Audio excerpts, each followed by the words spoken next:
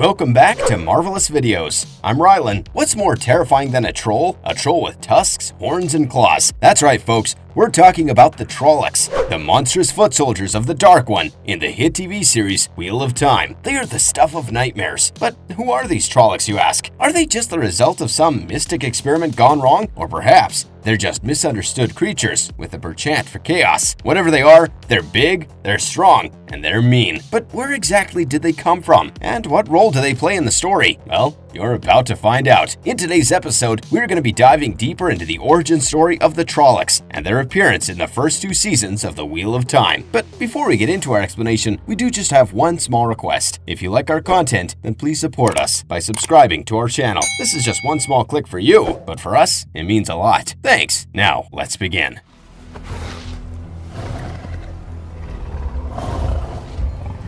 Who are Trollocs? How are they created? Trollocs are a race of monstrous creatures created by the Dark One during the Age of Legends. They are a cross between humans and animals, and they have the physical characteristics of both. Trollocs are typically large and powerful, with horns, tusks, and claws. They are massive, grotesque humanoid creatures with a nightmarish blend of animal features. They bear a ghastly amalgamation of human and animal traits, resulting in a horrifying and monstrous appearance. Their characteristics vary widely, with some resembling wolves, boars, goats, or even more outlandish combinations. It only makes sense that they're carnivorous and hella savage. They are completely loyal to the Dark One, and they will fight to the death to serve him. They are used by the Dark One as his foot soldiers in his war against humanity, as they are nothing but a bunch of insanely strong monsters. The best way to describe a Trolloc is that it looks kind of like a Yeti became a werewolf and then magically incorporated every single anger issue that the Great Hulk was. And you put all of that into one, you got the Trollocs. They seem to be the type of dudes that are always on crack, except their choice of drug is destruction. The exact process of how Trollocs are created is unknown, but it is believed that the Dark One uses a portion of his own power to ensure that the Trollocs are born healthy and strong. This also explains why the Trollocs are completely loyal to him. Trollocs were created by Agenor, one of the 13 Forsaken. During the Age of Legends, Agenor was a brilliant scientist, but he was also corrupted by the Dark One. He used his knowledge to create a new race of creatures that would serve his master. It is also known that Trollocs are bred, and that female Trollocs do indeed exist. However, the breeding process is not so straightforward. When a human and a Trolloc mate, the offspring is usually stillborn or dies shortly after birth. If the offspring does manage to survive, it is usually a throwback, with more human features than Trolloc ones. The ones who end up surviving then become monstrous hybrid creatures with physical traits from both human and animal lineages, granting Trollocs their distinctive and nightmarish appearance. This unnatural union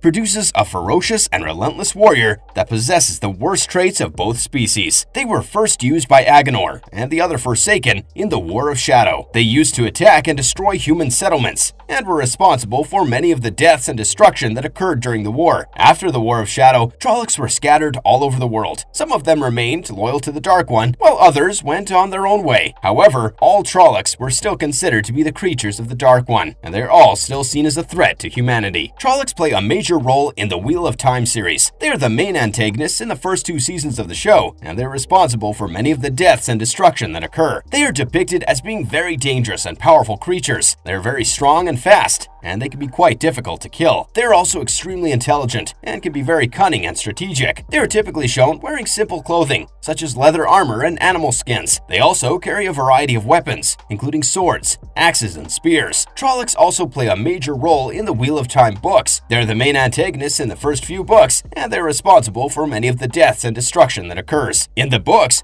Trollocs are also shown to have a more complex social structure. They are divided into different tribes, each with its own unique culture and customs. They can also speak, but their language is quite primitive. It is mostly made up of grunts and growls, but they can also manage to speak in simple words and phrases. In the world of the Wheel of Time, they are creatures of the shadow, relentlessly serving the Dark One and his Forsaken. They are often employed as shock troops, sent forth to spread terror and chaos, especially during the last battle, where the forces of light and shadow clash for control of the world.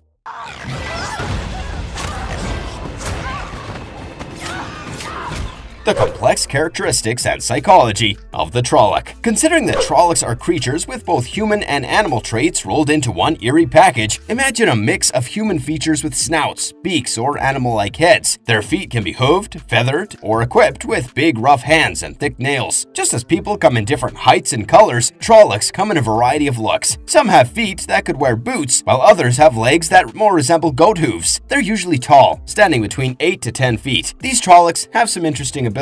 For instance, those who look wolfish tend to be smarter and speak more languages. On the flip side, Trollocs with more of a bear-like appearance are tougher. Some are excellent at tracking, using their keen senses of smell and hearing, and when it comes to seeing in the dark, they're way better than us humans. Now, Trollocs are known for their not-so-friendly behavior. They can be pretty darn mean, often hurting others just because they feel like it, or because it's in their nature. Basically, they seem to kill for fun, which just so happens to be their job as well. This violent streak makes them easy to spot if you have a knack for sensing dark behavior. Fear plays a big part in their lives, and the fear of getting hurt is one of the main things that stops them from causing chaos all the time. On top of that, they lack individuality and a sense of self. They don't possess any personal ambitions or desires beyond the immediate gratification of their violent instincts. This lack of individuality makes them highly susceptible to manipulation by the Dark One and his agents. This is the reason why they are highly social, and why they end up relying on the strength of their numbers in battle. They have a strong sense of camaraderie amongst their bands, and they often work together seamlessly. Now that is certainly something unlike us humans, right? However, you know what is human-like of them? Their insane people-pleasing tendencies. This makes them have a certain social hierarchy. Bigger and scarier Trollocs usually end up in charge. They keep the gang in line and make sure that everyone stays loyal. Trollocs aren't just mindless muscle, they have specialized jobs. Some are archers and some are scouts, and many are frontline fighters. This shows that they do have some organization going on, even though it's all about destruction. They don't just simply want to impress their higher officers, by the way. They care about Myrddraal's opinions as well. You can think of Myrddraals as the school teachers that everyone has a crush on and would do anything to get their attention. Myrddraals are these spooky beings born from the Dark One's powers, and they are a huge deal in the Trolloc world. They've got these creepy, soulless eyes and a psychic mojo that makes Trollocs do whatever they say. When Myrddraal show up, Trollocs get pretty freaked out. Myrddraal are like puppet masters, making Trollocs dance to their tune. It's a mix of fear, mind tricks, and unwavering loyalty to the Dark One. They even have their own set of superstitions and rituals. They engage in these practices to gain favor with the Dark One and ensure their protection. These rituals showcase their vulnerability to manipulation as they desperately seek approval from their insane creator. Interestingly enough, Trollocs are such bimbos that they can get scared of certain places too. Who knows what goes on in their minds? Well, one of those places is Shadar Logoth, especially Mashadar, who gives them the creeps. Another is the spot that they call the Dying Grounds. They'd usually need some pretty convincing from somebody like the Myrddraal to get them to go near these spooky spots.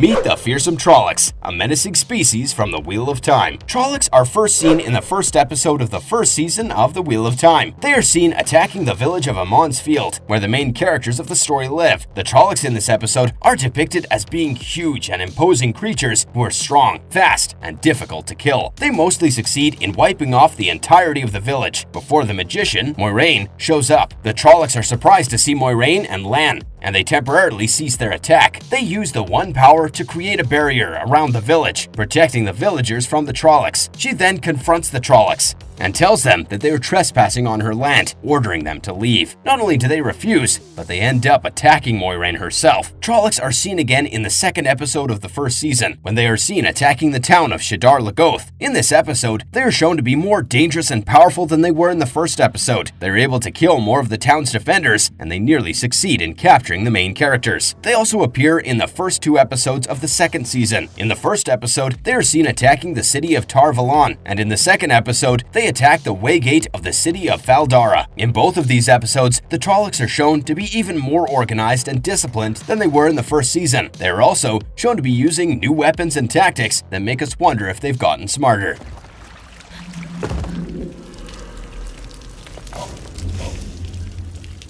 But why are the Trollocs here? They are here because the Dark One is breaking free from his prison and trying to conquer the world. They are his foot soldiers, and they're here to fight and kill on his behalf. We don't want to say it, but this kind of does show the effects of fascism at its finest, wouldn't you say? I mean, shh, okay, well, they also are here to capture the Dragon Reborn, the only person who can defeat the Dark One. The Dark One knows that he cannot beat the Dragon Reborn in a fair fight, so he's trying to capture him and kill him before he can reach his full potential. I mean, what a coward, right? Like, if you're so strong, beat your man in a fair fight. But, okay, whatever.